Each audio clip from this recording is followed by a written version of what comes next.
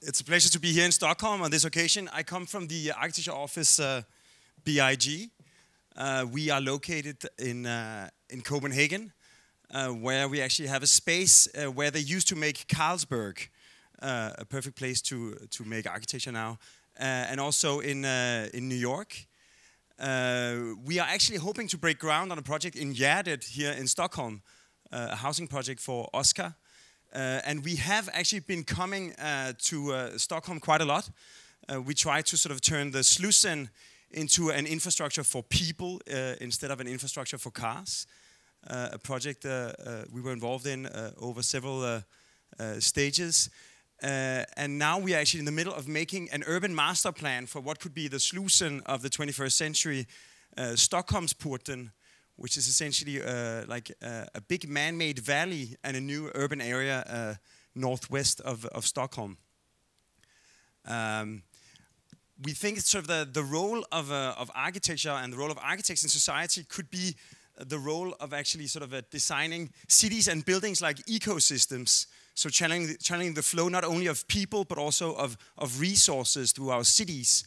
And the way we try to do this is what you could call knowledge-driven design, that we don't make any design decisions out of some kind of preconceived preference, but we try to inform every design decisions with specific information that is sort of mined through analysis of the process.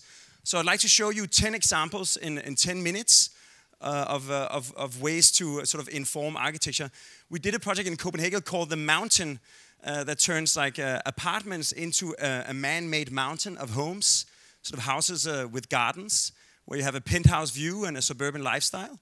And it's made possible by putting them on top of a mountain of cars that essentially becomes sort of this sort of synergy between the parking and the residences. And also in Copenhagen, we did a project called the 8 House, which is really at the city limits, where civilization ends and cattle takes over. It's a 3-dimensional community where you can actually walk and bicycle all the way to the penthouse. All of the different amenities are tied together in a sort of social atrium that sort of makes it possible to actually get to know your neighbors, not just on the ground floor, but in the 3-dimensional space of the city itself.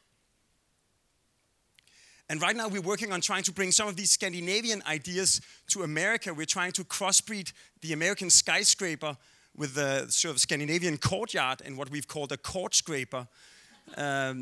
It's being built right now on the west side waterfront of Manhattan. Sort of seen from the east, it's like a spire. At the heart of it, you have a courtyard that has the same proportions as Central Park. It's only 15,000 times smaller. And all the apartments have views over Hudson. You can also see how constraints of the context can sometimes inform the architecture. Where Granville Bridge hits downtown Vancouver, we have sort of analyzed a site that is being split into triangles, and the resultant architecture is like almost like a building that grows out of a dense context. When you drive over Granville Bridge, it's as if someone is pulling a curtain aside, sort of welcome to Vancouver. Twice as big at the top as it is at the bottom. And of course, like the site on Blasieholmen requires some kind of historical sensitivity. Right next to Hamlet's castle, Kronborg, in Elsinore, we're building the Danish Maritime Museum inside a former dry dock. And we essentially turned the dry dock inside out, so it becomes like a big courtyard into the ground. The rest of the architecture is essentially bridges that contain exhibitions, auditoria, restaurants, and bring daylight deep underground. It's actually produced in a shipyard, and the bridges have been lifted in place.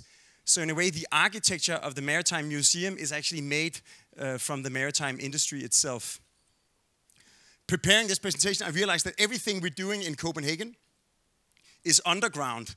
I don't know what to conclude from that, but we're doing a sports hall underneath my old schoolyard. So we got the commission from my math teacher.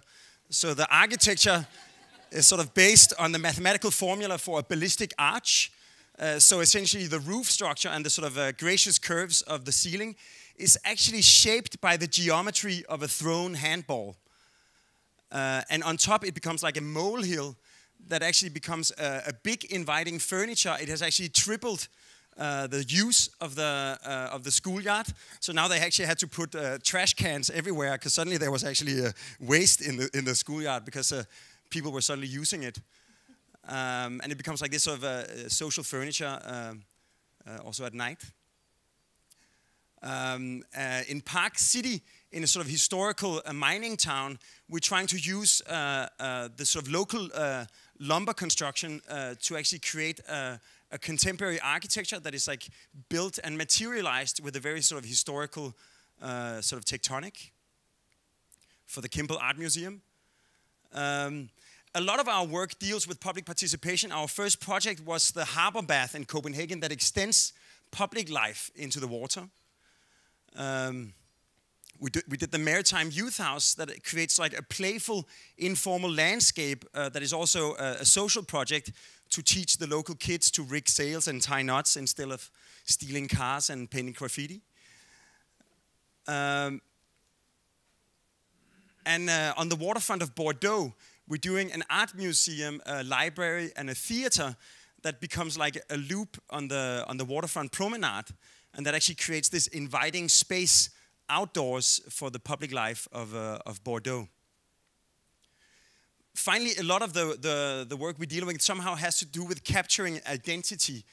We did the Danish pavilion in Shanghai, where we tried to capture the essence of a Danish streetscape with the blue bicycle lanes, the city bikes of Copenhagen, and where you can actually bicycle through the exhibition itself, making it the ideal museum for impatient people. You can do the whole thing in 3 minutes. We put the harbor bath at the heart of the pavilion and even moved the mermaid, the Little Mermaid of Denmark, to China for 6 months. And also we're working on trying to make the National Art Gallery of Greenland, which is essentially a small circular courtyard building with a sculpture courtyard at the heart of it. It's a circle in plan, but it follows the melted geometry. It's located next to this nice social housing built by the Danish. The soft geometry allows you to move into the galleries, where you find yourself with this framed view, where the melted courtyard frames the view of the Greenlandic nature, the water, the icebergs, the mountains, the nature, the sculptures, and the artworks, everything Greenlandic, and all of the Danish architecture is eliminated from view, like an oasis of Greenlandicness on the waterfront. That brings me maybe to one last project, the biggest project we're undertaking right now, which might be the landmark of Copenhagen in the future. It's on the waterfront, but it's not a cultural palace and it's not a royal palace.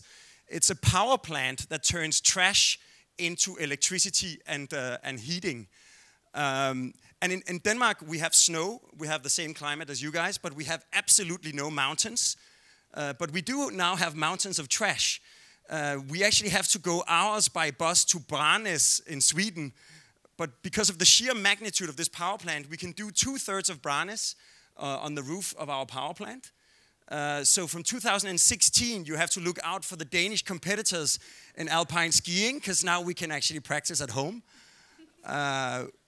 In a way, you can say this idea of trying to make cities like man-made ecosystems is very close to coming to completion here. And one last element is that the smoke coming out of the chimney is completely non-toxic. That's why you can ski on the roof. But it still contains a little amount of CO2. And together with Realities United, we made this little art project that actually sort of accumulates CO2. And when there's 500 kilos of CO2, it comes out as a giant smoke ring. And in a way, you can say it's like this sort of idea of turning something that used to be a problem into something playful. But I think more importantly, one of the main drivers of behavioral change is knowledge. That if people don't know, they can't act. And nobody knows what a ton of CO2 is. If you come to Denmark in 2016, all you have to do is count the smoke rings, and you'll know exactly what it is. You can say, in a way, like Nobel is projecting like knowledge to the common man by giving out the Nobel prizes. The power plant is going to make it very clear what our consumption pattern is in Copenhagen. Thank you.